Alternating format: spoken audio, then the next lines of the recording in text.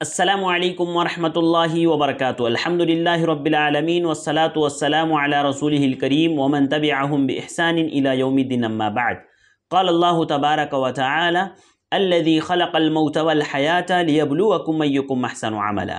ناظرین، میں آپ کا میزبان ارشد حسین سید محمدی آپ لوگوں کا استقبال کرتا ہوں دی وے آف سلفیہ کی جانب سے منعقد اس کورس میں۔ الحمدللہ یہ ہمارا 6 دن کا کورس ہے جس میں 6 دروس ہوں گے، اور انشاءاللہ ان دروس میں ہم لوگ روزمرہ میں کیے جانے والے اعمال کو بالترتیب ہم کیسے انجام دے سکتے ہیں وہ جانیں گے۔ یعنی ایک شخص یا ایک خاتون جو صبح اٹھتے ہیں، صبح میں جب بیدار ہوتے ہیں تو بیدار ہونے کے بعد کون سے وہ اعمال ہے جو مجھے اور آپ کو انجام دینے چاہیے، جیسے سنت کیا کیا ہے، نیند سے اٹھنے کے بعد کیا کرنا ہے، دعا پڑھنا ہے، کس طرح سے اٹھنا ہے، یہ ساری چیزیں انشاءاللہ ہم لوگ دیکھیں گے۔ اسی طرح ذکر و اذکار ہم کب کر سکتے ہیں، جب کام پر جا رہے ہیں تب کیا کرنا ہے، کام سے واپس آتے وقت کس طرح رویہ اختیار کرنا ہے، کام پر کس طرح رہنا ہے، ملاقات میل ملاقات میں کس طرح کے معاملات کرنے ہیں، اسی طرح نماز روزہ جتنی چیزیں ہو سکتی ہے انشاءاللہ ان دروس میں کور ہم ان تمام چیزوں کو دیکھیں گے، ان تمام چیزوں کو جانیں گے، اور بالترتیب ہم لوگ دیکھیں گے کہ صبح میں کیسے اٹھ کر کے کیا اعمال انجام دیے جا سکتے ہیں۔ اسی طرح ہم لوگ انشاءاللہ کچھ ایسے اعمال جس کو اللہ اور اس کے رسول نے افضل عمل یا بہتر عمل یا اچھا عمل قرار دیا ہے، چاہے وہ اللہ کے نبی صلی اللہ علیہ وسلم نے دیا ہو یا اللہ رب العالمین نے دیا ہو، جو ہے بہتر یا افضل عمل قرار دیا ہے، ایسے اعمال کو بھی انشاءاللہ ہم لوگ دیکھیں گے۔ تو ناظرین چلتے ہیں ہمارے درس کی طرف۔ دیکھیے، میں اور آپ سب سے پہلے یہ بات ذہن میں رکھیں، میں تھوڑی سی تمہید باندھوں گا انشاءاللہ اس کے بعد، تاکہ آگے کی باتیں آگے کی چیزیں ہمارے لیے آسان ہو جائیں۔ تھوڑی سی تمہید باندھوں گا، پھر ہم لوگ جائیں گے کہ نیند سے اٹھنے کے بعد مجھے اور آپ کو کیا کرنا ہے۔ تو سب سے پہلی بات آپ یہ ذہن میں رکھیں کہ اسلام جو ہے یہ مکمل ضابطۂ حیات ہے۔ یہ ہر مومن کا، ہر مسلمان کا ایمان ہونا چاہیے، عقیدہ ہونا چاہیے کہ اسلام نے ہمیں ہر چیز سکھا دی ہے، یعنی یہ مکمل ضابطۂ حیات ہے۔ ایک انسان کو اپنی زندگی میں جتنی چیزوں کی ضرورت پڑتی ہے ان ساری چیزوں کو شریعت نے مجھے اور آپ کو بتا دیا ہے، اور شریعت نے ساتھ ہی ساتھ ہمیں یہ بھی سکھایا ہے کہ جو وقت، جو دور مجھے اور آپ کو ملا ہے، جو وقت مجھے اور آپ کو ملا ہے، ہم اس کو غنیمت جانیں۔ جو زندگی مجھے اور آپ کو ملی ہے ہم اس کو غنیمت جانیں، جو عمر ہمیں ملی ہے اس کو ہم غنیمت جانیں۔ قرآن مجید میں اللہ رب العالمین نے کہا والعصر ان الانسان لفی خسر، قسم ہے زمانے کی، یعنی اللہ رب العالمین نے یہاں پر وقت کی قسم کھائی ہے، اور اللہ رب العالمین قرآن مجید میں جن چیزوں کی بھی قسم کھاتا ہے ان کی اہمیت کو بتاتا ہے۔ کہا تمام کے تمام انسان خسارے میں ہیں سوائے ان لوگوں کے الا الذین آمنوا وعملوا الصالحات وتواصوا بالحق وتواصوا بالصبر، سوائے ان لوگوں کے جو ایمان لائے، اس کے ساتھ ساتھ عمل صالح کیا، یعنی اپنے عمل سے کر کے دکھایا، ان کے کردار نے یہ بولا کہ وہ مسلمان ہے۔ یعنی صرف ایمان لا لینا زبان سے کافی نہیں، اس کے ساتھ ساتھ عمل بھی آپ کو کرنا ہوگا۔ تو وہ لوگ جو ایمان لائے اور عمل کیے اور اسی طرح حق کی تلقین کی، اسی طرح صبر کی تلقین کی، تو یہ لوگ نقصان اور خسارے میں نہیں ہیں۔ اسی طرح خود اللہ کے نبی صلی اللہ علیہ وسلم نے اپنی عمر کو غنیمت جاننے کا حکم دیا ہے۔ آپ نے فرمایا اغتنم خمسا قبل خمس، کہ 5 چیزوں سے پہلے 5 چیزوں کو غنیمت جانو۔ اس میں آپ نے ایک فرمایا حیاتک قبل موتک، موت سے پہلے جو زندگی ملی ہوئی ہے نا اس زندگی کو غنیمت جانو۔ جو بھی زندگی اللہ تعالیٰ نے مجھے آپ کو دی ہے، 50 سال 40 سال 30 سال 60 سال، جتنی بھی عمر دی ہے، جتنی بھی زندگی دی ہے، اس زندگی کو اللہ کے نبی صلی اللہ علیہ وسلم نے کہا موت سے پہلے غنیمت جانو۔ وہ لوگ جو زندگی کو غنیمت نہیں سمجھتے ہیں اور اپنی زندگی کو ضائع کر دیتے، اعمال سے دور ہو کر کے، کتاب و سنت سے دور ہو کر کے، اللہ کے نبی کی سنتوں سے دور ہو کر کے، تو یاد رکھیے ایسے لوگوں کا معاملہ اللہ رب العالمین نے قرآن مجید میں ذکر کیا۔ وہ جہنمی جو جہنم میں ڈال دیے جائیں گے کسی بھی وجہ سے ہو، اللہ رب العالمین جب انہیں جہنم میں ڈال دے گا تو وہاں پر اللہ رب العالمین نے قرآن مجید میں فرمایا وَهُمْ يَسْتَرِخُونَ فِيهَا، وہ لوگ وہاں پر چیخیں گے، چلائیں گے جہنم میں، اور اللہ رب العالمین سے مطالبہ کریں گے۔ کیا مطالبہ کریں گے، کیا چاہیں گے وہ اللہ تعالیٰ سے؟ جہنم میں چیخ رہے ہوں گے، چلا رہے ہوں گے عذاب کی وجہ سے، تکلیفوں کی وجہ سے، اور ایسی چیخ اور چلاہٹ میں وہ اللہ رب العالمین سے جو ہے ایک بات کہیں گے۔ کیا کہیں گے؟ ربنا اخرجنا نعمل صالحا غیر الذی کنا نعمل، اللہ رب العالمین جو عذاب میں تو نے ہمیں مبتلا کیا ہے، ہم تکلیف میں ہیں، ہمیں یہاں سے نکال دے۔ ربنا اخرجنا، اللہ رب العالمین سے کہیں گے اللہ تعالیٰ تو ہمیں یہاں سے نکال دے، ہم لوگ وہ عمل کریں گے جو ہم لوگ پہلے نہیں کرتے تھے. یعنی دنیا میں ہم لوگ جب برا عمل کرتے تھے نا، ان تمام برے اعمال کو چھوڑ کر کے ہم اچھے اعمال کریں گے. دیکھیے جب انسان جہنم میں ہوگا نا تو وہ چاہے گا کہ دنیا میں آ کر کے اچھے اعمال انجام دے، لیکن وقت نہیں ملے گا، وقت نہیں ملے گا. اب جو وقت ہے اسے غنیمت جانیے. اللہ رب العالمین سے کہیں گے ربنا اخرجنا نعمل صالحا غیر الذی کننا نعمل، اے اللہ رب العالمین تو ہمیں یہاں سے نکال دے، ہاں ہم دنیا میں جا کر کے بہتر عمل کریں گے، اچھے اعمال انجام دیں گے. اللہ رب العالمین موقع دے گا؟ نہیں. اللہ رب العالمین فرمائے گا اولم نعمرکم ما یتذکر فیہ من تذکر وجاءکم النذیر. اللہ رب العالمین کہے گا نہیں، اب وقت نہیں ہے، اب وقت گزر چکا. اللہ تعالیٰ کہے گا میں نے تمہیں اتنی عمر دی تھی کہ ایک سمجھنے والا سمجھ لیتا.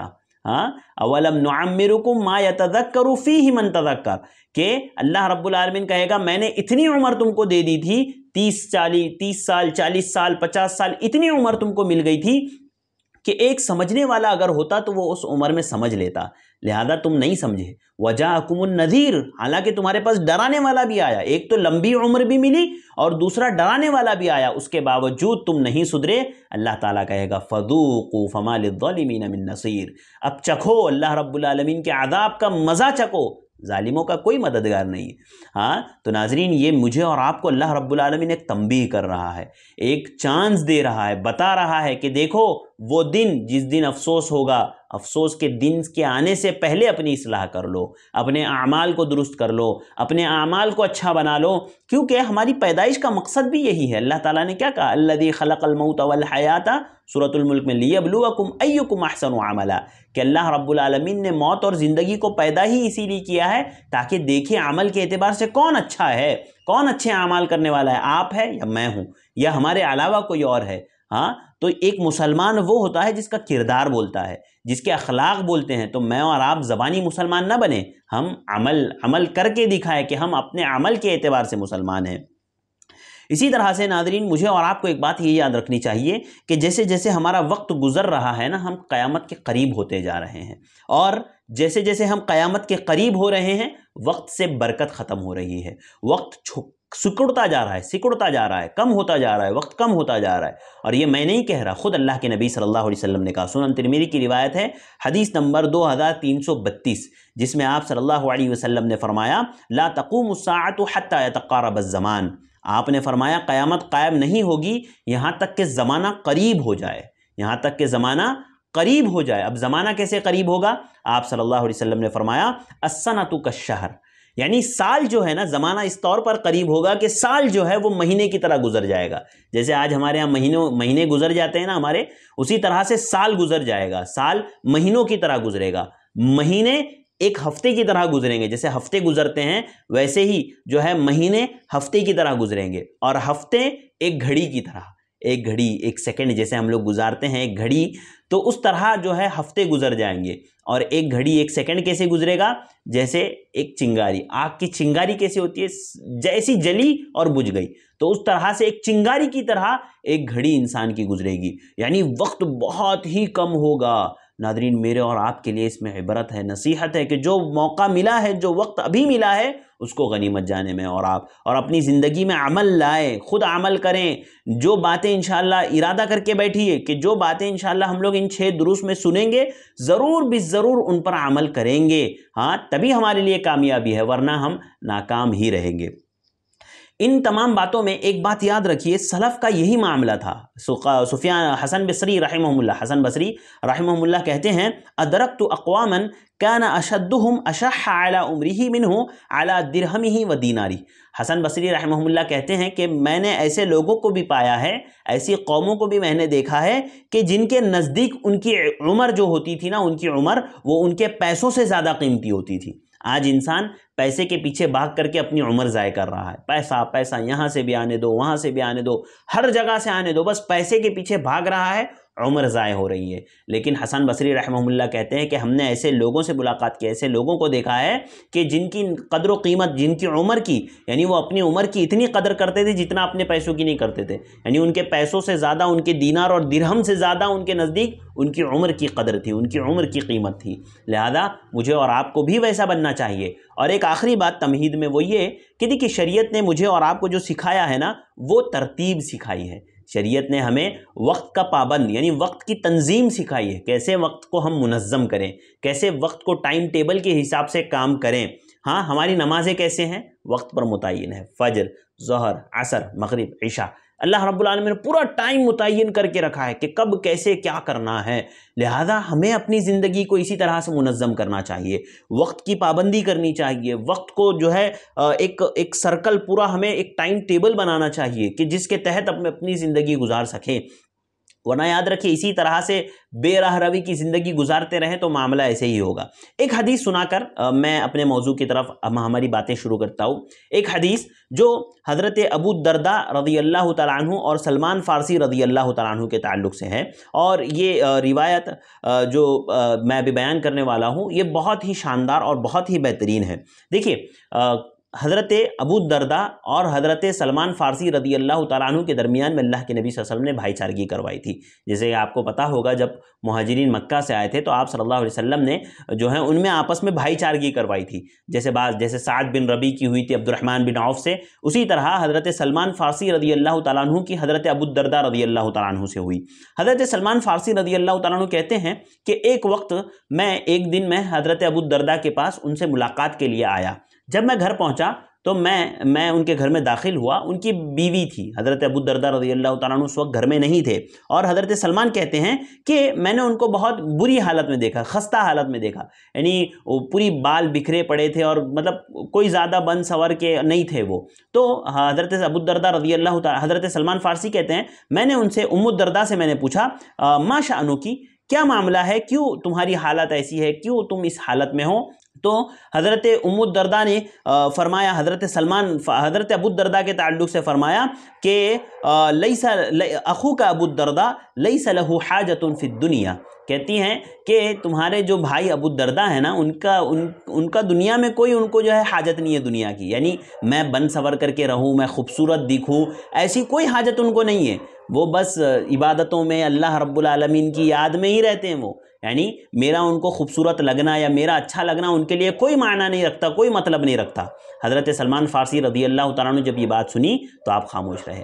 ابو الدرداء گھر میں آئے، ابو الدرداء نے سلمان فارسی کو جب دیکھا تو ملاقات کی، پھر کھانا تیار کروایا، اور جب کھانے کے لیے کھانا سامنے لا کر کے رکھا ان کی بیوی نے حضرت ام الدرداء نے، تو سلمان فارسی رضی اللہ تعالیٰ عنہ نے کھانے سے پہلے حضرت ابو الدرداء سے کہا کہ تم بھی کھاؤ۔ ابو الدرداء نے کہا انا صائم، میں روزے سے ہوں، میں نہیں کھا سکتا۔ حضرت سلمان فارسی رضی اللہ تعالیٰ نے کہا کہ میں اس وقت تک اس کھانے کو ہاتھ نہیں لگاؤں گا جب تک کہ تم میرے ساتھ نہ کھاؤ۔ ہاں، حضرت سلمان فارسی نے انہیں روزہ چھوڑنے کے لیے کہا، افطار کرنے کے لیے کہا، انہوں نے اسی وقت روزہ چھوڑ دیا، اور نفل روزہ تھا، جائز ہے، بالکل چھوڑا جا سکتا ہے، یعنی ایک تربیت حضرت سلمان فارسی کر رہا ہے، میں آگے بتاؤں گا انشاءاللہ۔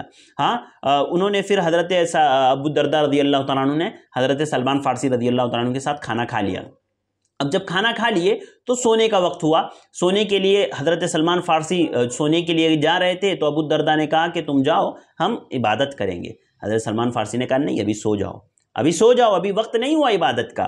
پھر ابو الدرداء اٹھنے کی سو گئے، اور پھر اٹھنے جا رہے تھے، پھر سلمان فارسی نے روک لیا، نہیں، ابھی بھی وقت نہیں ہوا، ابھی سو جاؤ، واپس سو جاؤ، ہاں ابھی وقت نہیں ہوا، سو جاؤ۔ پھر جب رات کا آخری پہر آیا، رات کا آخری حصہ آیا، تب سلمان فارسی رضی اللہ تعالیٰ عنہ نے حضرت ابو الدرداء سے کہا اب کھڑے رہ جاؤ، ہاں، اور عبادت کرو، اب اٹھو اور عبادت کرو۔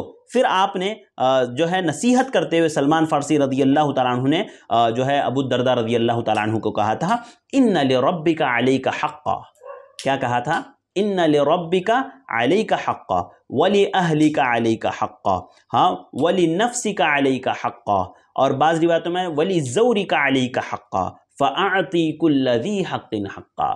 شریعت نے یہ سکھایا کہ دیکھو انسان، تم پر سب سے پہلے تمہارے رب کا حق ہے، اِنَّ لِرَبِّكَ عَلَيْكَ حَقًّا، کہ تمہارے اوپر تمہارے رب کا حق ہے، وَلِنَفْسِكَ عَلَيْكَ حَقًّا، تمہاری خود جان کا بھی حق ہے۔ ایسا نہیں ہے کہ آپ عبادتیں کر رہے تو رات بھر عبادتیں ہی کر رہے، بس سو ہی نہیں رہے، اپنے آپ کو تکلیف میں پریشانی میں ڈال رہے، نہیں، آنکھوں کا ایک حق ہے، وہ کیا کہ اس کو آرام چاہیے، سو جاؤ۔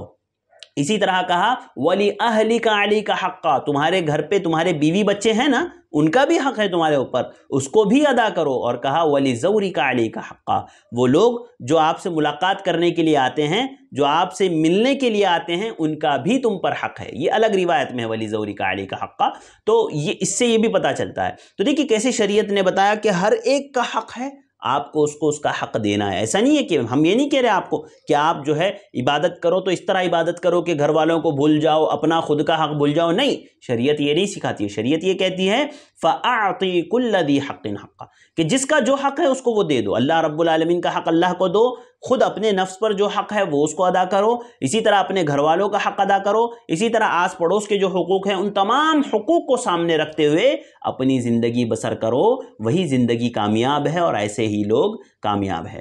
تو ناظرین یہ کچھ باتیں تھیں جو تمہیدی طور پر ضروری تھا میں آپ کے سامنے رکھوں تاکہ ہم اس کی اہمیت کو سمجھ سکیں۔ یہ جو موضوع ہے ہمارا کہ دن و رات میں جو اعمال ہم انجام دیتے ہیں ان کی ترتیب کیسے ہو، ان کو کیسے انجام دیا جائے، اس کی اہمیت اور اس کی قدر و قیمت ہمارے ذہن میں آئے، اسی لیے یہ میں نے ترتیب باندھی۔ چلیے اب چلتے ہیں ہمارے موضوع کی طرف۔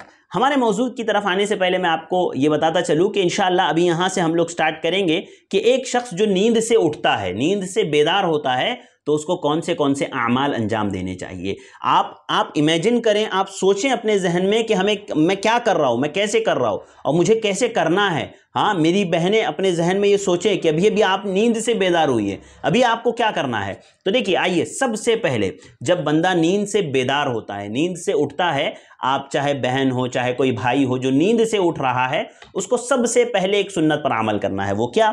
دیکھیے حضرت عبداللہ ابن عباس رضی اللہ تعالیٰ عنہ کہتے ہیں کہ وہ اللہ کے نبی صلی اللہ علیہ وسلم کی بیوی حضرت میمونہ کے گھر میں تھے، جو حضرت عباس اور حضرت عبداللہ ابن عباس کی خالہ تھی۔ ہاں کہتے ہیں کہ اللہ کے نبی صلی اللہ علیہ وسلم بھی گھر میں تھے۔ استيقظ رسول اللہ صلی اللہ علیہ وسلم فجلس يمسح النوم عن وجهه بيده۔ حضرت عبداللہ ابن عباس کہتے ہیں کہ اللہ کے نبی صلی اللہ علیہ وسلم جب نیند سے بیدار ہوئے اپنے گھر میں، حضرت عبداللہ ابن عباس اللہ کے نبی کے پاس تھے، جب اللہ کے نبی صلی اللہ علیہ وسلم اپنے گھر میں نیند سے بیدار ہوئے تو سب سے پہلے کیا کیا؟ يمسح النوم عن وجهه، اپنے منہ سے، اپنے چہرے سے جو ہے نیند کے آثار کو بھگایا، نیند کے آثار کو دور کیا، چاہے مسل کر کے ہو، مل کر کے ہو، اس طرح سے جو ہے آپ آنکھوں کو مل کر کے، اسی طرح سے چہرے پر ہاتھ پھیر کر کے نیند آثار، جو چہرے پر نیند کے آثار ہوتے ہیں نا، سب سے پہلی سنت یہ ہے کہ اس کو ضائع کیا جائے، اس کو جو ہے ہاتھ پھرا کر کے اس کو ہٹایا جائے۔ اسی حدیث کو بنیاد بنا کر کے امام نووی، حافظ ابن حجر وغیرہ کہتے ہیں کہ نیند سے بیدار ہونے کے بعد چہرے پہ ہاتھ پھیر کر کے نیند کے جو آثار ہوتے ہیں اس کو مٹانا یہ سنت ہے، یہ اللہ کے نبی صلی اللہ علیہ وسلم کا طریقہ ہے۔ تو جب آپ سب سے پہلے نیند سے بیدار ہو رہے ہیں تو سب سے پہلا کام مجھے اور آپ کو جو کرنا ہے وہ یہ کہ نیند سے، چہرے سے نیند کے آثار کو مٹانا ہے۔ اپنے چہرے پر ہاتھ پھیر لیجئے، آنکھوں کو مسل لیجئے، جس طرح سے بھی آپ چہرے سے نیند کے آثار کو ہٹا سکتے ہیں وہ ہٹائیں۔ دوسرا کام، سب سے پہلا کام یہ کرنا ہے، یعنی ایک سنت ہم نے دیکھ لی کہ چہرے سے نیند کے آثار کو ہٹانا، زائل کرنا ہاتھ کے ذریعے سے، یہ ایک سنت ہے۔ دوسری سنت کیا ہے کہ جب آپ نیند سے بیدار ہونا تو تھوڑے چاق و چوبند ہونے کے لیے سورہ آل عمران کی آخری جو 10 آیتیں ہیں ان کی تلاوت کریں، آیت نمبر 190 سے 200 تک، یعنی ان فی خلق السماوات والارض واختلاف اللیل والنہار لآیات لأولی الالباب سے لے کر کے پورا آخری مکمل آیت، یعنی مکمل 10 آیتیں۔ اب اگر آپ قرآن کھول کر کے بھی گننے جائیں گے نا تو اس میں 11 آیتیں آپ کو نظر آئیں گی، 190 سے 200 تک۔ لیکن جہاں پر محدثین نے اس حدیث کو ذکر کیا ہے ان لوگوں نے کہا ہے کہ یہ ٹوٹل جو ہے تقریباً 10 آیتیں ہوتی ہے جن کو ہم کو پڑھنا ہے۔ آپ اتنا یاد رکھیں، چاہے 10 ہو یا 11، آپ ذہن میں رکھیں کہ آپ کو ان فی خلق السماوات والارض واختلاف اللیل والنہار لآیات لأولی الالباب سے آپ کو مکمل سورت ختم ہونے تک پڑھنی ہے۔ تو سب سے پہلی سنت کیا ہے؟ چہرے سے نیند کے آثار کو ہٹا دینا، نیند سے بیدار ہونے کے بعد چہرے کو مل کر کے جو ہے نیند کے جو نشانیاں ہوتی ہیں، جو آثار ہوتے ہیں ان کو دور کرنا۔ دوسرا سورہ آل عمران کے آخری 10 آیاتوں کی تلاوت کرنا۔ اسی طرح سے اس میں تیسری ایک سنت یہ ہے کہ ہم نیند سے بیدار ہونے کی دعا پڑھیں، الحمدللہ الذی احیانا بعدما اماتنا والیہ النشور۔ بڑی ہی پیاری دعا ہے۔ کیا ہے؟ اللہ رب العالمین سے ہم لوگ یہ دعا کرتے ہیں، تمام تعریفیں اللہ کے لیے ہے جس نے ہمیں مارنے کے بعد دوبارہ زندہ کیا۔ یعنی انسان نیند موت کی چھوٹی بہن ہے، انسان جب سو جاتا ہے نا تو اسے پتہ نہیں ہوتا کہ کیا ہو رہا ہے، اس کے اطراف کیا ہو رہا ہے، اس کے گھر والوں میں کیا ہو رہا ہے. نہیں، بہت کم لوگ ہوتے ہیں جو ایسا یعنی وہ کہتے ہیں کہ بھئی ہم سوتے ہوئے بھی جاگتے ہیں. نہیں، ایسا نہیں ہوتا ہے. ایک آدمی جب سو جاتا ہے نا تو وہ سو جاتا ہے، وہ غافل ہو جاتا ہے، گویا وہ ایک طرح کی موت اس پر طاری ہو گئی ہے. اب کیا ہو رہا ہے اس کو کسی چیز کا احساس نہیں ہوتا ہے. لہذا انسان یہ کہتا ہے کہ تمام تعریف اللہ کے لیے ہے جس نے مجھے موت دینے کے بعد دوبارہ زندہ کیا، اور اسی کی طرف ہمیں اٹھ کر کے جانا ہے. تو ناظرین، کتنی پیاری باتیں ہیں. ہم نے 3 سنتیں سیکھی کہ جب ہم نیند سے بیدار ہو رہے ہیں، ابھی آپ نیند سے اٹھے ہیں، آپ نے سب سے پہلے اپنے چہرے سے نیند کے آثار کو دور کیا، آنکھوں کو مسل کر کے یا چہرے پر ہاتھ پھیر کر کے. اس کے بعد سورہ آل عمران کی آخری 10 آیتوں کی 190 سے 200 تک آپ نے تلاوت کر لی. اس کے بعد جو صبح کی دعا ہے آپ یاد کیجئے، الحمدللہ الذی احیانا بعدما اماتنا والیہ النشور. اس دعا کو آپ نے پڑھ لیا. اس کے بعد ایک اور سنت جو ہے نیند سے بیدار ہونے کے بعد، وہ مسواک کرنا ہے. دیکھیے مسواک نا، میں کچھ باتیں انشاءاللہ مسواک کے تعلق سے یہاں پر آپ کے سامنے رکھوں گا تاکہ وہ میرے اور آپ کے لیے فائدہ مند رہے. مسواک ایک بہت اہم عمل ہے. اس سے 2 فائدے ہیں. اسی حدیث میں انشاءاللہ وہ آئے گا کہ اس سے 2 فائدے. سب سے پہلے آئیے حدیث دیکھ لیتے ہیں. حدیث کیا ہے؟ حضرت حذیفہ رضی اللہ تعالیٰ عنہ کہتے ہیں، کان النبی صلی اللہ علیہ وسلم اذا قام من اللیل یشوس فاہ، کہ جب اللہ کے نبی صلی اللہ علیہ وسلم رات کو اٹھتے تو منہ کو مسواک سے صاف کر لیتے ہیں. آپ منہ کو مسواک سے صاف کر لیتے ہیں، یعنی مسواک کرتے. ایک سنت یہ بھی ہے کہ جب ہم نیند سے بیدار ہونا، چاہے مرد، دیکھیے مسواک ہمارے عام طور سے یہ سمجھتے ہیں کہ صرف مردوں کے لیے، نہیں، مسواک تمام لوگ یوز کر سکتے ہیں، مرد عورت جو بھی ہے نا وہ سب مسواک یوز کر سکتے ہیں. تو حضرت حذیفہ رضی اللہ تعالیٰ عنہ کہتے ہیں کہ اللہ کے نبی صلی اللہ علیہ وسلم جب نیند سے بیدار ہوتے تو آپ جو ہے مسواک سے منہ کو صاف کرتے. اسی طرح ایک اور روایت جو مسواک کے تعلق سے ہے، حضرت عائشہ رضی اللہ تعالیٰ عنہ کی فرماتی ہے، السواک مطہرۃ للفم ومرضات للرب، کہتی ہیں کہ یہ مسواک جو ہے نا منہ کی صفائی کے لیے بہتر ہے. ایک تو مسواک یہ منہ کی صفائی کرتا ہے، دوسرا اللہ رب العالمین کی رضا اس سے حاصل ہوتی ہے. ہاں، مسواک منہ کی پاکیزگی ہے اور اللہ رب العالمین کی رضا کا ذریعہ ہے.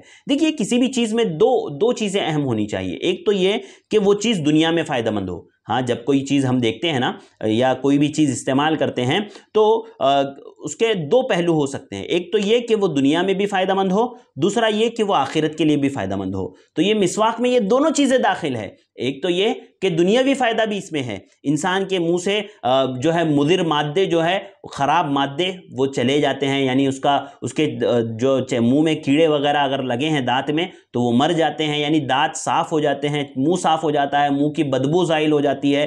ہاں، اور دوسرا فائدہ یہ ہے کہ یہ اللہ رب العالمین کی رضامندی کا ایک ذریعہ، اللہ کو راضی کرنے کا ایک ذریعہ ہے. تو اس کے علاوہ بعض محدثین نے تو اس کے 100 سے زیادہ فوائد گنائے ہیں. مسواک کے 100 سے زیادہ فوائد گنائے ہیں. اور اللہ کے نبی صلی اللہ علیہ وسلم کی وہ حدیث تو بنیاد ہے اس میں، لولا ان اشق علی امتی لامرتہم بالسواک عند کل صلاۃ، کہ اگر میری امت پر مجھے مشقت کا خوف نہ ہوتا تو ہر نماز میں مسواک کو میں فرض کر دیتا. لیکن فرض صرف اسی لیے نہیں کیا کیونکہ یہ میرے اور آپ کے لیے مشقت کا ذریعہ ہوتا، ہمیں تکلیف میں ڈالنے والی بات ہو جاتی. لہذا ناظرین، مسواک بہت اہم ہے. مجھے اور آپ کو چاہیے کہ ہم اس کی عادت بنائیں. تھوڑا تکلیف ہوتی ہے اسٹارٹنگ میں، لیکن جب آپ کرتے رہیں گے تو آپ کو عادت ہو جائے گی، اور جب یہ عادت ہو جائیں گی تو اس سے کئی فائدے حاصل ہوں گے. ایک تو یہ کہ منہ کی صفائی ہو جائے گی اچھے سے، اور آپ کو جو ہے دوسرے ٹوتھ پیسٹ وغیرہ جو آتے ہیں وہ استعمال کرنے کی ضرورت نہیں ہوگی. اور دوسرا یہ کہ اللہ رب العالمین کی رضا کا ایک ذریعہ ہے، اللہ رب العالمین کی رضا حاصل کرنے کا ایک ذریعہ ہے.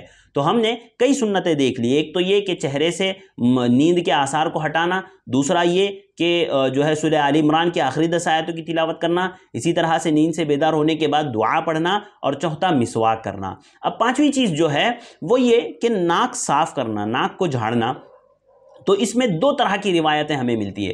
دیکھیے سب سے پہلے ایک روایت دیکھ لیتے ہیں. اس میں اللہ کے نبی صلی اللہ علیہ وسلم، حضرت ابو ہریرہ رضی اللہ تعالیٰ عنہ راوی حدیث ہے، بیان فرماتے ہیں کہ اللہ کے نبی صلی اللہ علیہ وسلم نے فرمایا، اذا استيقظ احدكم من منامه فليستنثر ثلاثا فإن الشيطان يبيت على خيشومه.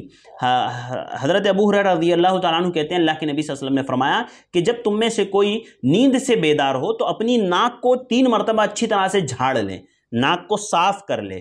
اس لیے کہ اس کے خیشومہ کہتے ہیں اس حصے کو، اس کے خیشومہ میں جو ہے شیطان رات گزارتا ہے۔ اللہ کے نبی صلی اللہ علیہ وسلم نے کہا اس کی ناک کے باسے میں شیطان جو ہے رات گزارتا ہے، لہذا جب نیند سے بیدار ہونا تو ناک کو اچھی طرح سے صاف کر لیا جائے۔ تو ناک کو صاف کرنا یہ بھی ایک سنت ہے۔ اسی طرح اس میں دو روایتیں ہیں، ایک روایت یہ ہے کہ وہ وضو کے وقت کا ذکر ہے اس میں، دوسری روایت جو ہے وہ بھی حضرت ابو ہریرہ رضی اللہ تعالیٰ عنہ ہی سے ہے، کہتے ہیں اذا استيقظ اراہ احدکم من منامہ فلیتوضأ فلیستنثر ثلاثا فان الشیطان یبیت علی خیشومہ۔ اللہ کے نبی صلی اللہ علیہ وسلم نے فرمایا کہ جب تم میں سے کوئی بیدار ہو، نیند سے جاگے، تو وہ وضو کریں اور وضو کرتے وقت ناک کو 3 مرتبہ اچھی طرح سے جھاڑیں، ناک کو 3 مرتبہ اچھی طرح سے صاف کریں، اس لیے کہ اس کے ناک کے باسے میں خیشومہ میں جو ہے شیطان رات گزارتا ہے۔ تو یہ 2 طرح کی روایتیں ہو گئی۔ تو اس میں محدثین نے یہی کہا ہے کہ انسان دونوں طرح سے عمل کر سکتا ہے، وضو میں بھی ناک کو اچھی طرح سے جھاڑیں اور نیند سے بیدار ہونے کے بعد ممکن ہو تو ناک کو جھاڑ لیں، ورنہ وضو میں تو جھاڑنا ہی ہے اس شخص کو، لہذا جب وضو کرنے جائیں تو ناک کو 3 مرتبہ اچھی طرح سے جھاڑے۔ تو یہ سنتیں ہیں، جب ہم ان سنتوں پر عمل کریں گے نا تو ہمیں اجر ملے گا، نیکی ملے گی۔ یہ میں آپ کو ذرائع بتا رہا ہوں کہ کیسے ہم نیکیوں کو جمع کر سکتے ہیں بالترتیب۔ نیند سے ہم بیدار ہوئے، ہم نے یہ سارے کام انجام دیے تو کئی سنتوں پر ہم نے عمل کر لیا، اور سنتوں پر جب ہم عمل کریں گے تو ہمیں اجر ملے گا۔ تو آپ غور سے سنیے، جو دعائیں بتائی جائیں گی ان کو یاد کیجئے، جو اعمال بتائے جائیں گے ان پر عمل کیجئے، تو انشاءاللہ ہم جب تھوڑا تھوڑا اس پر عمل کریں گے نا تو انشاءاللہ ہماری عادت بن جائے گی، اور جب ایک بار عادت بن جائے تو پھر تکلیف نہیں ہوگی بعد میں۔ تو یہ چند باتیں تھی، اور اس میں نیند سے بیدار ہونے کے بعد ایک اور چیز وہ یہ کہ جب وضو کرنے جائیں نا تو پہلے کیسے برتن میں پانی لیا کرتے تھے نا، تو اللہ کے نبی صلی اللہ علیہ وسلم نے منع کیا تھا برتن میں ہاتھ ڈالنے کے لیے۔ آپ صلی اللہ علیہ وسلم نے فرمایا اذا استيقظ احدكم من منامه فليغسل يده قبل ان يدخلها في وضوئه فان احدكم لا يدري اين باتت يده۔ آپ صلی اللہ علیہ وسلم نے فرمایا کہ جب تم میں سے کوئی شخص نیند سے بیدار ہو اور جب وہ وضو کرنے کے لیے جائیں تو ڈائریکٹ برتن میں ہاتھ نہ ڈالے، بلکہ پہلے اپنے ہاتھوں کو اچھی طرح سے 3 مرتبہ دھو لے، اس لیے کہ آپ صلی اللہ علیہ وسلم نے فرمایا فَإِنَّ أَحَدَكُمْ لَا تَدْرِي أَيْنَ بَاتَتْ يَدَهُ، کہ اس کے ہاتھ رات میں کہاں گزرے ہیں، کہاں اس کا ہاتھ لگا ہے، کہاں اس کے ہاتھ گئے ہیں وہ خود نہیں جانتا نیند کی حالت میں۔ کبھی کبھار ہوتا ہے نا آدمی پیر میں یا ہاتھ میں کہیں بھی ہاتھ لگا لیتا ہے یا شرمگاہوں کو ٹچ کر لیتا ہے، لہذا آدمی کو چاہیے کہ وہ وضو کرتے وقت، ابھی تو نل کا دور ہے تو اتنی ضرورت نہیں پڑتی، آدمی نل کھولے وضو کر لیے تو کافی ہو جاتا ہے، تو اللہ کے نبی صلی اللہ علیہ وسلم نے اس طرح سے برتن میں ہاتھ ڈالنے سے منع کیا۔ تو یہ تھی نیند سے بیدار ہوتے ہی ہمیں کیا کیا اعمال انجام دینے ہیں۔ الحمدللہ بہت ساری چیزیں ہم نے سیکھ لی، سن لی، انشاءاللہ آپ نے نوٹ کر لیا ہوگا اور ضرور بھی ضرور آپ عمل بھی کریں گے۔ تو اب ایک شخص نیند سے بیدار ہو گیا اور اس نے یہ سارے اعمال انجام دے دیے۔ ابھی دیکھیے فجر کا وقت ہے، فجر کے وقت ہم لوگ اٹھے ہیں، عام طور پر یہی ہوتا ہے کہ انسان اذان کے وقت ہی اٹھتا ہے۔ بہت سارے لوگ ہوتے ہیں ماشاءاللہ جو اذان سے پہلے اٹھ کر کے تہجد وغیرہ کی نماز ادا کرتے ہیں، وہ بھی انشاءاللہ آگے بات آئے گی اس کے تعلق سے بھی، لیکن عمومی طور پر جو ہے ایسا ہوتا ہے کہ جب اذان ہو رہی ہوتی ہے یا اذان سے کچھ وقت پہلے 10 منٹ 15 منٹ پہلے آدمی اٹھ جاتا ہے، اس کے بعد جو ہے نیند سے بیدار ہونے والے کام کر لیا، پھر اذان ہو رہی ہے تو اذان ہوتے وقت کیا کرنا ہے۔ تو میں وضو میں جانے سے پہلے میں آپ کو بتا دوں کہ ابھی ہم نیند سے بیدار ہوئے، اب اذان ہو رہی ہے تو اذان میں ہمیں کیا کیا کرنا ہے، جب اذان ہو رہی ہے تو ہمیں کیا کرنا چاہیے۔ تو دیکھیے اذان کے تعلق سے سب سے پہلی بات اپنے ذہن میں یہ رکھیے، حضرت ابو سعید خدری رضی اللہ تعالیٰ عنہ کہتے ہیں، راوی حدیث ہے، ان رسول اللہ صلی اللہ علیہ وسلم قال اذا سمعتم النداء فقولوا مثل ما يقول المؤذن، کہ جب تم اذان سنو تو ویسے ہی کہو جیسے مؤذن کہہ رہا ہے۔ یعنی جب میں اور آپ اذان سن رہے ہیں، ابھی اپنے بستر پہ ہی اگر ہے تو بیٹھے رہیں اور اذان سن کر کے اذان کا مکمل جواب دیں۔ جب مؤذن اللہ اکبر کہتا ہے تو ہم بھی اللہ اکبر کہیں۔ تو جس طرح سے مؤذن جو الفاظ کو دہراتا ہے، اذان کے جو الفاظ ہیں انہی الفاظوں کو ہم دہرائیں۔ تبدیلی کہاں کرنی ہے؟ صرف حی علی الصلاۃ اور حی علی الفلاح پر۔ حدیث دیکھیے، حدیث اس طرح سے ہے کہ اللہ کے نبی صلی اللہ علیہ وسلم نے فرمایا کہ جو شخص اذان ہوتے ہی اذان کا جواب دیں، مؤذن جن کلمات کو دہرائے ان کلمات کو دہرائے، اور حی علی الصلاح کے وقت کہے لا حول ولا قوت الا باللہ، حی علی الفلاح کے وقت کہے لا حول ولا قوت الا باللہ۔ اور یہ تمام چیزیں اللہ کے نبی صلی اللہ علیہ وسلم نے کہا کہ وہ خلوص دل کے ساتھ کریں تو اس کا فائدہ کیا ہوگا؟ آپ نے فرمایا دخل الجنہ، ایسا شخص جنت میں داخل ہوگا۔ اللہ اکبر، کتنی بڑی فضیلت ہے صرف اذان کا جواب دینے کی۔ دن میں 5 وقت اذانیں ہوتی ہے، اگر 5 وقت ہم اذان کا جواب دے لیں تو سوچئے کتنی بڑی فضیلت ہمیں حاصل ہو رہی ہے، کتنی نیکیاں میں اور آپ حاصل کر سکتے ہیں۔ ہاں تو اذان کی سنت یہ ہے کہ جب اذان ہو رہی ہے تو فقولوا مثل ما یقول المؤذن، جیسے مؤذن کہہ رہا ہے ویسے ہی کہو، انہی الفاظوں کو دہراؤ، لیکن حی علی الصلاح اور حی علی الفلاح پہ ہمیں کہنا ہے لا حول ولا قوت الا باللہ، لا حول ولا قوت الا باللہ۔ اللہ کے نبی صلی اللہ علیہ وسلم نے فرمایا کہ جو لوگ خلوص دل کے ساتھ ان کلمات کو دہرا لیں گے، مکمل اذان کو دہرا لیں گے، آپ نے فرمایا دخل الجنہ، ایسے لوگ جنت میں داخل ہوں گے۔ تو ناظرین، بہت بڑی فضیلت ہے اذان کے جواب دینے کی، مجھے اور آپ کو چاہیے کہ ہم برابر اذان کا جواب دیں۔ اچھا، ابھی آئیے اذان کی دعا کی طرف۔ دیکھیے، اذان کا جواب تو ہم نے دے لیا، اب اذان ختم ہو گئی، مکمل ہو گئی، اب ہمیں دعا پڑھنی ہے۔ تو دعا 2 طرح سے ثابت ہے، میں آپ کو بتاتا ہوں۔ سب سے پہلے تو یہ کہ ایک دعا ہے، وہ کیا؟ رضیت باللہ ربا وبالاسلام دینا وبمحمد نبیہ، یہ ایک دعا ہے۔ یہ مکمل دعا اس طرح سے ہے، اشہد ان لا الہ الا اللہ واشہد ان محمد رسول اللہ، رضیت باللہ ربا وبالاسلام دینا وبمحمد نبیہ۔ یہ دعا کب پڑھنی ہے؟ تو اس دعا کے 2 مقامات ذکر کیے گئے ہیں حدیث میں۔ ایک تو یہ کہ جب مؤذن شہادتین کہتا ہے، اشہد ان لا الہ الا اللہ اشہد ان محمد رسول اللہ، جب مؤذن شہادتین کہہ لیتا ہے، یہ دونوں حی علی الصلاح حی علی الفلاح کہنے سے پہلے جب مؤذن شہادتین کہہ لیتا ہے تو اس شہادتین کہنے کے بعد مجھے اور آپ کو یہ دعا پڑھنی ہے۔ یہ دعا ہمیں اس وقت پڑھنی ہے، لہذا یہ مجھے اور آپ کو سمجھنا ہے کہ یہ وقت ہے دعا کا پڑھنے کا۔ اسی طرح سے ایک اور روایت میں جو اس دعا کے تعلق سے آیا ہے کہ اذان کے بعد جب مؤذن مکمل اذان دے لے تو اس کے بعد بھی اس دعا کو پڑھا جا سکتا ہے۔ صحیح ابن خزیمہ میں جو دعا ہے وہ اللہ کے نبی صلی اللہ علیہ وسلم نے فرمایا من سمع المؤذن یتشہد فلتفت فی وجہہ، آپ صلی اللہ علیہ وسلم نے فرمایا کہ جب مؤذن جو ہے یہ دونوں شہادتین کہہ لے، جو اشہد ان لا الہ الا اللہ اشہد ان محمد رسول اللہ 2 مرتبہ جب مؤذن کہتا ہے، جب یہ کہہ لیں تب یہ دعا مکمل مجھے اور آپ کو پڑھنی ہے۔ اور دوسری روایت میں یہ آیا ہے کہ مکمل اذان ہونے کے بعد جب ہم لوگ اذان کے بعد کی دعا اللہم رب هذه الدعوۃ التامہ والی دعا پڑھ رہے ہیں نا، تو اس کے بعد اس دعا کو پڑھیں، وہ بھی ثابت ہے، وہ انشاءاللہ میں آگے آپ کو بتاؤں گا۔ اسی طرح سے شہادتین کے بعد ایک اور چیز ثابت ہے، وہ کیا؟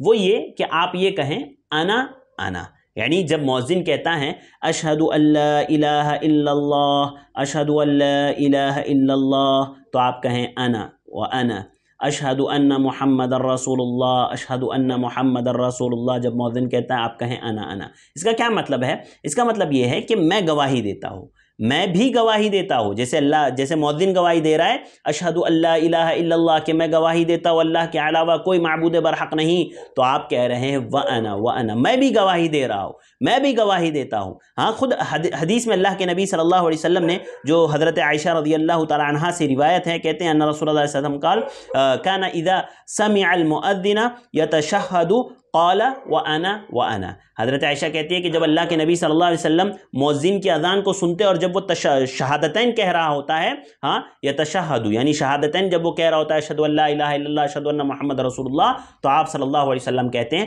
وانا، میں بھی گواہی دیتا ہوں، میں بھی گواہی دیتا ہوں اللہ کے علاوہ کوئی معبود برحق نہیں، اور محمد رسول اللہ صلی اللہ علیہ وسلم کے رسول ہے، محمد صلی اللہ علیہ وسلم اللہ کے رسول ہے۔ یعنی جب یہ شہادتین مؤذن کہیں تو ہم یہ کہیں وانا۔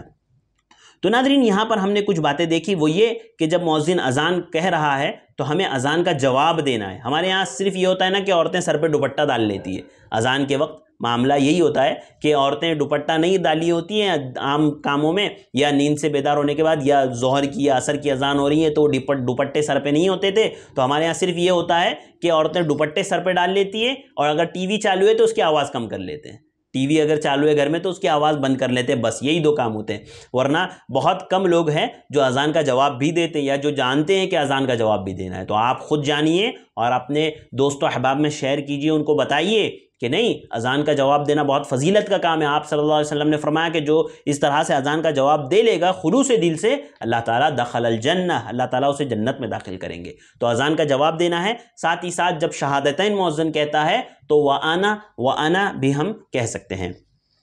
اس کے بعد جو کام مجھے اور آپ کو کرنا ہے وہ یہ کہ اذان جب مکمل ہو جائے نا، جب مؤذن اذان مکمل دے لے تو اب دعا کا سلسلہ شروع، یعنی دعا پڑھنا ہے۔ تو دعا میں کیا کیا پڑھنا ہے؟ سب سے پہلے درود پڑھنا ہے، اللہ کے نبی صلی اللہ علیہ وسلم پر درود، اللہم صلی علی محمد وعلی آل محمد کما صلیت علی ابراہیم وعلی آل ابراہیم انک حمید مجید، اللہم بارک علی محمد وعلی آل محمد کما بارکت علی ابراہیم وعلی آل ابراہیم انک حمید مجید۔ حدیث دیکھتے ہیں، اللہ کے نبی صلی اللہ علیہ وسلم نے فرمایا، حضرت عمرو بن العاص رضی اللہ تعالیٰ عنہ کہتے ہیں انہ سمع النبی صلی اللہ علیہ وسلم یقول اذا سمعتم المؤذن فقولوا مثل ما یقول، کہ جب تم، اللہ کے نبی صلی اللہ علیہ وسلم نے فرمایا کہ جب تم مؤذن کی اذان سنو تو وہی کہو جو وہ کہہ رہا ہے، یعنی اسی الفاظ کو دہراؤ، ثم صلوا علی، آپ صلی اللہ علیہ وسلم نے فرمایا اس کے بعد مجھ پر درود پڑھو، فإنہ من صلی علی صلاۃ صلی اللہ بها عشرا، اس لیے کہ جو شخص مجھ پر ایک مرتبہ درود پڑھتا ہے اللہ تعالیٰ اس پر 10 رحمتیں نازل کرتا ہے۔ اللہ اکبر! ایک درود اگر ہم لوگ اذان کے بعد اللہ کے نبی صلی اللہ علیہ وسلم پر پڑھتے ہیں تو اللہ تعالیٰ ہم پر 10 رحمتیں نازل کرتا ہے۔ اللہ اکبر! کتنی فضیلت ہے، کتنی بڑی بات ہے۔ اور یہاں پر ایک غور کیجئے آپ اس حدیث میں کہ اللہ کے نبی صلی اللہ علیہ وسلم نے کہا اذان کے بعد تشہد پڑھنا ہے۔ آپ اگر آپ کے محلے میں اگر مساجد ہے تو آپ جانتے ہوں گے، ہمارے یہاں کچھ بھائی ہے جو اذان سے پہلے جو ہے درود پڑھتے ہیں۔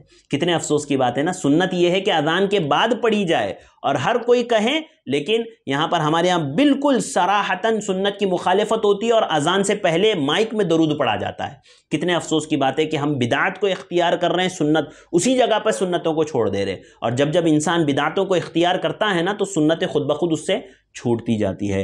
تو ناظرین یاد رکھیے، اذان سے پہلے جس مسجد میں بھی درود پڑھا جاتا ہے مائک پر، یہ بدعت ہے، اللہ کے نبی صلی اللہ علیہ وسلم سے ثابت نہیں۔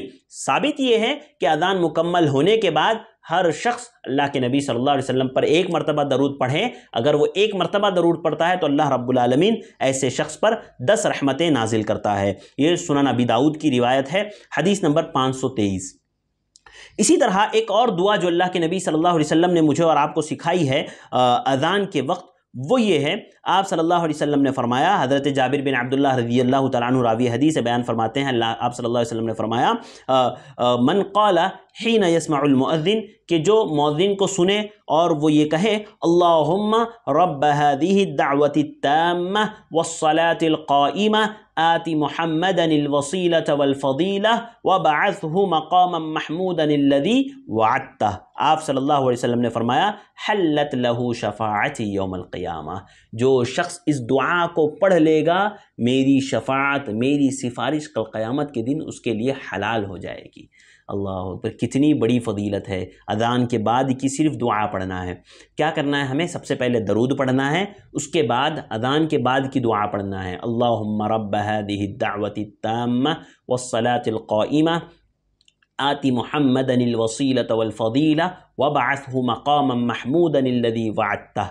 اتنی دعا اگر ہم پڑھ لیتے ہیں، آپ صلی اللہ علیہ وسلم نے فرمایا حلت له شفاعتی یوم القیامہ، کہ ایسے شخص کے لیے اللہ کے نبی کی شفاعت ہوگی کل قیامت کے دن۔ اللہ رب العالمین کے پاس اللہ کے نبی صلی اللہ علیہ وسلم ایسے شخص کے لیے شفاعت کریں گے، سفارش کریں گے۔ تو کتنی بڑی فضیلت ہے، مجھے اور آپ کو چاہیے کہ ہم عادت بنائیں، معمول بنائیں۔ ابھی ہم نیند سے بیدار ہوئے، ہم نے نیند سے بیدار ہونے کی سنتوں پر عمل کر لیا، اذان ہو رہی ہے، ہم نے اذان کا جواب دے لیا، اس کے بعد ہم نے دعا پڑھ لی۔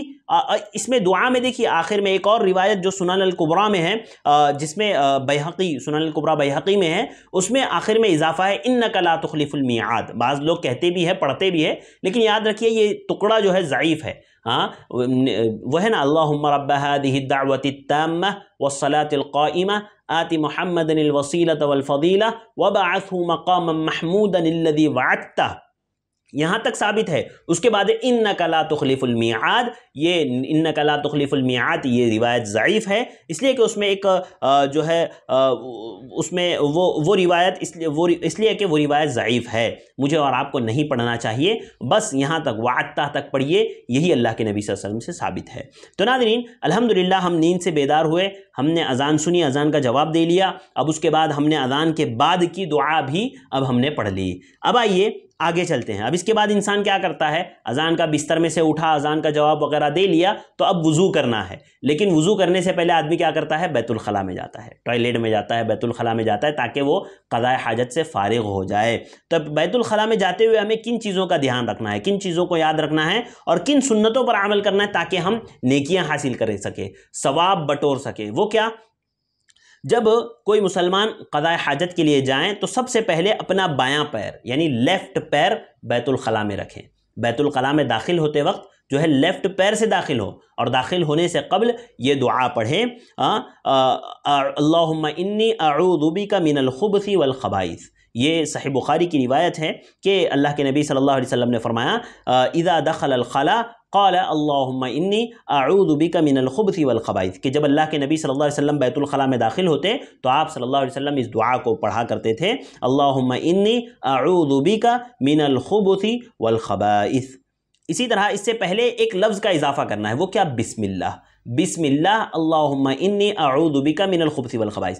بسم اللہ کے لیے الگ سے ایک روایت ہے، یہ اللہم انی اعوذ بک من الخبث والخبائث، یہ صحیح بخاری کی روایت ہے۔ اسی طرح سے سنن ترمذی کی روایت میں ہے، حضرت علی بن ابی طالب رضی اللہ تعالیٰ عنہ کہتے ہیں ان رسول اللہ صلی اللہ علیہ وسلم قال ستر ما بین اعین الجن وعورات بنی آدم اذا دخل احدهم الخلاء ان یقول بسم اللہ۔ حضرت علی رضی اللہ تعالیٰ بہت پیاری بات، دیکھیے اللہ کے نبی صلی اللہ علیہ وسلم کی بہت پیاری حدیث ہے اور بہت ہی فائدہ مند ہے۔ اللہ کے نبی صلی اللہ علیہ وسلم کہتے ہیں کہ جنوں کی آنکھوں اور بنی آدم کے سطر کے درمیان ایک پردہ، جب انسان بیت الخلاء میں داخل ہوتے وقت یہ کہتا ہے نا بسم اللہ، تو اللہ کے نبی نے فرمایا کہ جنوں کی آنکھوں اور بنی آدم کے سطر کے درمیان ایک پردہ حائل ہو جاتا ہے، یعنی جب ہم بیت الخلاء میں ہوتے ہیں نا تو ہم اگر بسم اللہ کہہ کر کے بسم اللہ اللہم انی اعوذ بک من الخبث والخبائث یہ کہہ کر کے اگر ہم داخل ہونا بیت الخلاء میں، تو اللہ کے نبی نے فرمایا کہ جو جن ہوتے ہیں، خبیث جن، جن کے رہنے کی جگہ ٹوائلٹ وغیرہ ہے، تو ایسے جنوں کے آنکھوں کے درمیان اور ہماری جو سطر ہے ہمارا اس کے درمیان میں اللہ رب العالمین ایک پردہ حائل کر دیتا ہے۔ تو ناظرین یاد رکھیے، جب ہم نیند سے بیدار ہو کر کے سنتوں پر عمل کر کے ہم جب بیت الخلاء میں جا رہے ہیں تو سب سے پہلے ہمیں دعا پڑھنی ہے بسم اللہ اللہم انی اعوذ بک من الخبث والخبائث، اور اپنا بایاں لیفٹ پیر اندر رکھنا ہے۔ اسی طرح سے اس کے بعد جو ہمیں عمل کرنا ہے وہ یہ کہ جب ہم لوگ باہر نکلیں بیت الخلاء سے، جب ہم باہر آئیں تو ہمیں کیا کرنا ہے؟ جب بیت الخلاء سے باہر آئے تو ایک چھوٹی سی دعا اللہ کے نبی صلی اللہ علیہ وسلم نے سکھائی، وہ کیا؟ غفرانک۔ حدیث دیکھیے، سنن ترمذی کی روایت ہے، حدیث نمبر 7، آپ صلی اللہ علیہ وسلم نے فرمایا، حضرت عائشہ کہتی ہے کان النبی صلی اللہ علیہ وسلم اذا خرج من الخلاء قال غفرانک۔ حضرت عائشہ کہتی ہیں کہ جب کبھی اللہ کے نبی صلی اللہ علیہ وسلم بیت الخلاء سے باہر آتے ہیں، بیت الخلاء سے آپ صلی اللہ علیہ وسلم نکلتے ہیں، تو آپ صرف اتنا کہتے ہیں غفرانک، صرف اتنا کہتے ہیں، اس سے زیادہ دعا آپ صلی اللہ علیہ وسلم نہیں پڑھتے تھے۔ ایک روایت ہے جس میں ایک لمبی دعا ہے، جو سنن ابن ماجہ میں ہے، اللہ کے نبی صلی اللہ علیہ وسلم نے فرمایا حضرت انس بن مالک رضی اللہ تعالیٰ عنہ راوی حدیث سے کہتے ہیں اذا خرج من الخلاء قال الحمد للہ الذی اذهب عني الاذى وعافانی۔ حضرت انس کہتے ہیں کہ جب اللہ کے نبی صلی اللہ علیہ وسلم بیت الخلاء سے نکلتے تو اس دعا کو پڑھتے۔ یہ سنن ابن ماجہ کی روایت ہے، لیکن یاد رکھیے یہ روایت ضعیف ہے، یہ روایت صحیح نہیں ہے۔ اس میں ایک راوی ہے اسماعیل بن مسلم، یہ راوی ضعیف ہے، لہذا اس حدیث پر عمل نہیں کیا جائے گا۔ اس کے مقابلے میں جو سنن ترمذی کی روایت ہے، حدیث نمبر 7، جو صحیح حدیث ہے، آپ صلی اللہ علیہ وسلم جب بیت الخلاء سے باہر آتے تو آپ صلی اللہ علیہ وسلم غفرانک کہتے ہیں، غفرانک آپ صلی اللہ علیہ وسلم کہتے ہیں۔ تو یہی مجھے اور آپ کو کہنا چاہیے۔ اچھا، یہاں پر ایک سوال یہ ہے کہ اس دعا کو کب پڑھا جائے، یعنی بیت الخلاء میں جانے کی دعا کب پڑھیں؟ کیا بیت الخلاء میں داخل ہونے کے بعد پڑھیں؟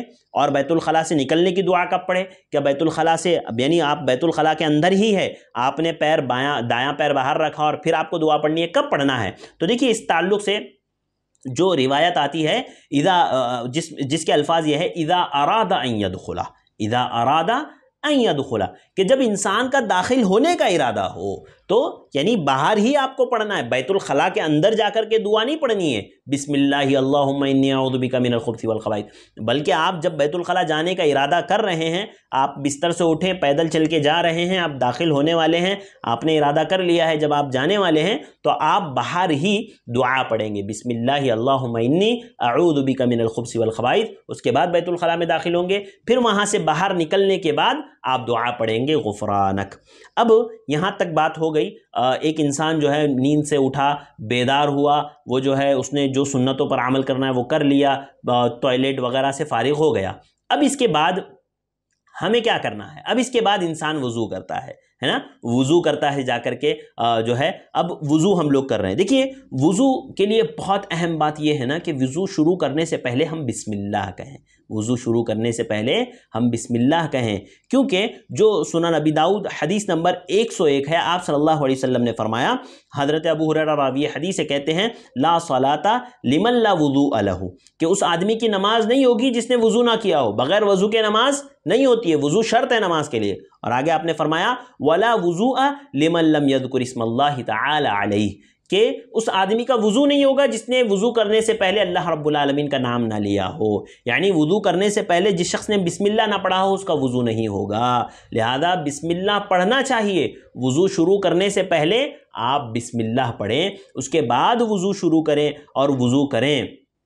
دیکھیے وضو جب انسان بسم اللہ کہہ کر کے وضو کرتا ہے نا تو اللہ کے نبی صلی اللہ علیہ وسلم فرمایا کہ جب تک وہ وضو کی حالت میں ہوتا ہے فرشتے اس کے لیے دعا کرتے ہیں، فرشتے اس کے لیے دعا کرتے ہیں۔ کتنی بڑی بات ہے کہ ہم بسم اللہ کہہ کر کے وضو کر رہے ہیں، جب تک وضو کی حالت میں ہیں فرشتے ہمارے لیے دعا کر رہے ہیں۔ اور وضو کا پتہ ہے آپ کو کتنا فائدہ ہے؟ لوگ وضو کرنے سے کتراتے ہیں، دور بھاگتے ہیں، وہ سمجھتے ہیں کہ چلو فجر کا وضو ہے نا تو ظہر بھی اسی سے پڑھ لیں گے، مغرب بھی اسی سے پڑھ لیں گے، عشاء بھی اسی سے پڑھ لیں گے، ہاں تو ایسے لوگ یہ کوشش کرتے ہیں۔ یاد رکھیے وضو کی کتنی بڑی فضیلت ہے۔ حدیث دیکھیے، میں آپ کو حدیث سناتا ہوں۔ حضرت عثمان بن عفان رضی اللہ تعالیٰ عنہ راوی حدیث ہے، کہتے ہیں قال رسول اللہ صلی اللہ علیہ وسلم من توضأ فأحسن الوضوء خرجت خطاياه من جسدی حتى تخرج من تحت اظفاری۔ اللہ اکبر، کتنی پیاری حدیث ہے۔ آپ صلی اللہ علیہ وسلم نے فرمایا، حضرت عثمان بن عفان کہتے ہیں آپ صلی اللہ علیہ وسلم نے فرمایا کہ جب انسان وضو کرتا ہے، اچھی طرح سے وضو کرتا ہے تو آپ نے فرمایا خرجت خطاياه من جسدی، انسان کے جسم سے جیسے وضو کا پانی گرتا ہے نا تو اس کے جسم سے گناہ بھی گرتے رہتے ہیں، اس کے جسم سے گناہ گرتے ہیں۔ حتیٰ تخرج من تحت اظفاری، حتیٰ کہ انسان کے ناخن کے نیچے جو گناہ ہے، جو گناہ ناخن کے نیچے ہے وہ گناہ بھی گر جاتے ہیں۔ اللہ اکبر، کتنی فضیلت، کتنی بڑی بات ہے۔ اسی طرح ایک اور روایت جو صحیح مسلم کی ہے اور حضرت ابو ہریرہ راوی حدیث کہتے ہیں کہ اللہ کے نبی صلی اللہ علیہ وسلم نے فرمایا کہ جب بندہ مود ہوتا ہے وضو میں جب بندہ مود ہوتا ہے نا تو آنکھوں سے جو کیے ہوئے گناہ ہیں نا، آنکھوں سے کیے ہوئے، ہاں بری چیزیں دیکھا، برے لوگوں کو دیکھا یا برے کاموں کو دیکھا، تو آنکھوں سے جو گناہ ہوئے ہیں وہ آنکھوں کے گناہ جھڑ جاتے ہیں، مود ہونے سے آنکھوں کے گناہ جھڑ جاتے ہیں۔ اسی طرح آپ نے فرمایا ہاتھوں کو دھونے سے، جو ہاتھ سے گناہ کیے ہیں نا، جو گناہ اس کے ہاتھ سے ہوئے ہیں پکڑنے کی وجہ سے کسی چیزوں کو، کچھ چیزوں کو، تو وہ گناہ، ہاتھوں کے گناہ جھڑ جاتے ہیں۔ اسی طرح جب انسان پیر دھوتا ہے وضو میں تو وہ پیر سے جس گناہ کی طرف چل کر کے گیا ہے نا، ہاں پیر میں جو گناہ لگے ہیں وہ گناہ پیروں سے دھل جاتے ہیں۔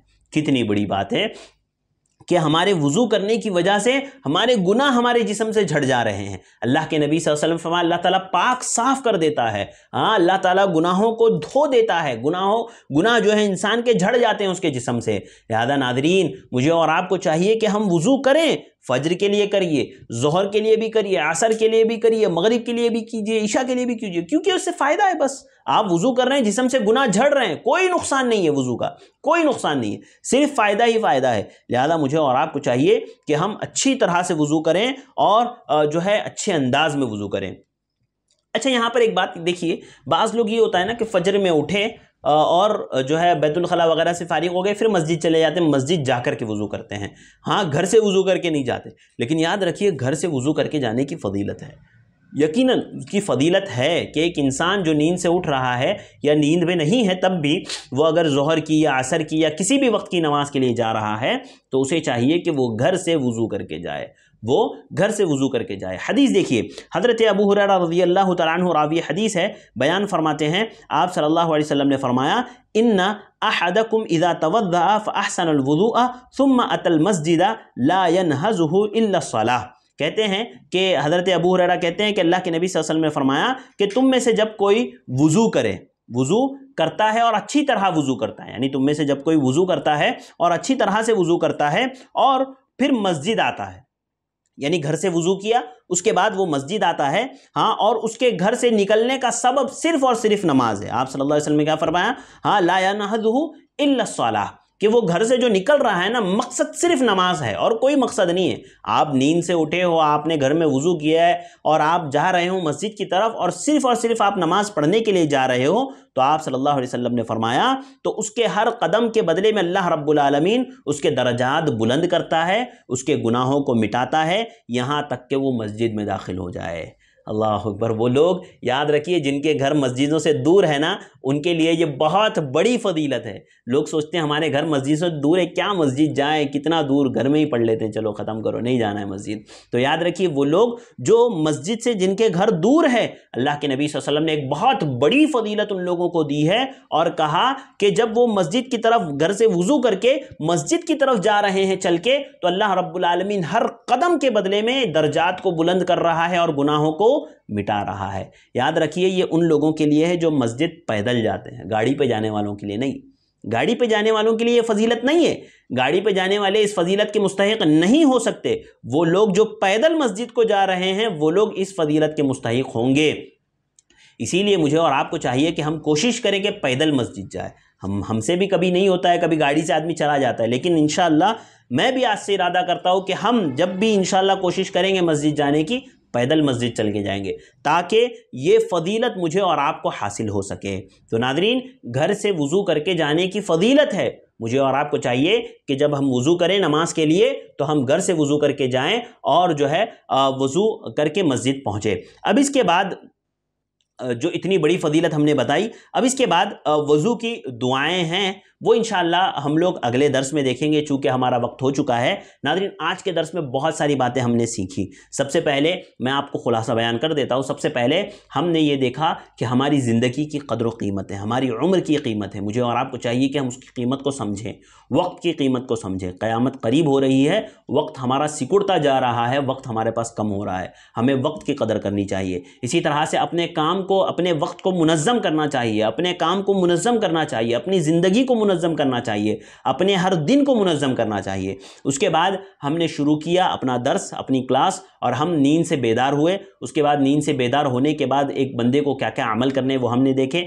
چہرے سے نیند کے آثار کو مٹانا، اسی طرح سے سورہ آل عمران کی آخری 10 آیتوں کی 190 سے 200 تک کے تلاوت کرنا، اسی طرح 10 یا 11 وہ آیتیں ہوتی ہیں ان کی تلاوت کرنا، اسی طرح جو ہے نیند سے بیدار ہونے کی دعا الحمدللہ الذی احیانا بعد ما اماتنا والیہ النشور، اس دعا کو پڑھنا۔ اسی طرح سے جو ہے ناک کو جھاڑنا، مسواک کرنا، اور وضو ہو یا وہیں پر یا وضو کرتے ہوئے ناک کو جھاڑ لینا، ہاں، اسی طرح سے برتن میں ہاتھ ڈالنے سے قبل اس کو دھو لینا۔ اس کے بعد اذان کا جواب دینا، جیسے مؤذن کہہ رہا ویسے کہنا، حی علی الصلاۃ حی علی الفلاح کی جگہ پر لا حول ولا قوۃ الا باللہ کہنا۔ اس کے بعد تشہد، جب امام شہادتین کے بعد مؤذن جب شہادتین کہتا ہے اشہد ان لا الہ الا اللہ اشہد ان محمد رسول اللہ، تو اس وقت وانا کہنا کہ میں بھی گواہی دیتا ہوں، میں بھی گواہی دیتا ہوں۔ اسی طرح سے اذان مکمل ہونے کے بعد اذان کی دعا، اللہ کے نبی پر درود پڑھنا اور اذان کے بعد کی دعا پڑھنا، یہ بھی ہم نے سیکھا۔ اس کے بعد پھر بیت الخلاء میں داخل ہونے کا طریقہ اور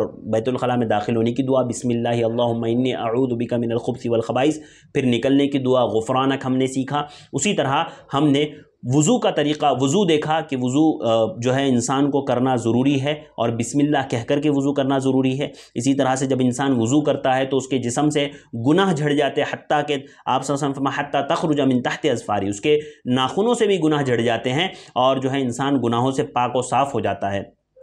اسی طرح سے آج کے اس درس میں ہم نے آخری بات یہ دیکھی کہ انسان کو چاہیے کہ وہ گھر سے وضو کر کے جائے، اور وضو کر کے جب وہ جائے گا مسجد کی طرف گھر سے، تو اللہ رب العالمین، اللہ کے نبی صلی اللہ علیہ وسلم نے فرمایا کہ اس کے ہر قدم کے بدلے میں اللہ تعالیٰ اس کے درجات کو بلند کریں گے، اس کے گناہوں کو مٹائیں گے، اس کے گناہوں کو معاف کریں گے۔ تو یہ آج کا درس تھا ناظرین، بہت انشاءاللہ ضرور بالضرور یہ میرے اور آپ کے لیے فائدہ مند ہوگا۔ آپ سے گزارش ہے آپ اسی طرح سے ہمارے ساتھ جڑے رہیں پورے اور 5 درس میں، اور انشاءاللہ اسی طرح سے ہمیں فائدہ ہوگا اور آپ دوسروں تک بھی یہ فائدہ پہنچائے۔ اللہ تعالیٰ سے دعا ہے اللہ تعالیٰ مجھے اور آپ کو ان سنی ہوئی باتوں پر عمل کرنے کی توفیق عطا فرمائے۔ انشاءاللہ اس کے بعد اور بھی بہت ساری چیزیں ہیں، وضو، اس کے بعد پھر فجر کی نماز کے لیے ہم جائیں گے، پھر نماز کے بعد واپس آئیں گے، پھر کام پر ہم جائیں گے، تو یہ سارے اعمال انشاءاللہ ہم لوگ دیکھیں گے۔ اللہ تعالیٰ سے دعا ہے اللہ تعالیٰ اس کو ہمارے لیے فائدہ مند بنائے۔ مجھے دیجیے اجازت، انشاءاللہ کل پھر ملاقات ہوگی کچھ اور باتوں کے ساتھ۔ تب تک کے لیے دیجیے اجازت۔ السلام علیکم ورحمۃ اللہ وبرکاتہ۔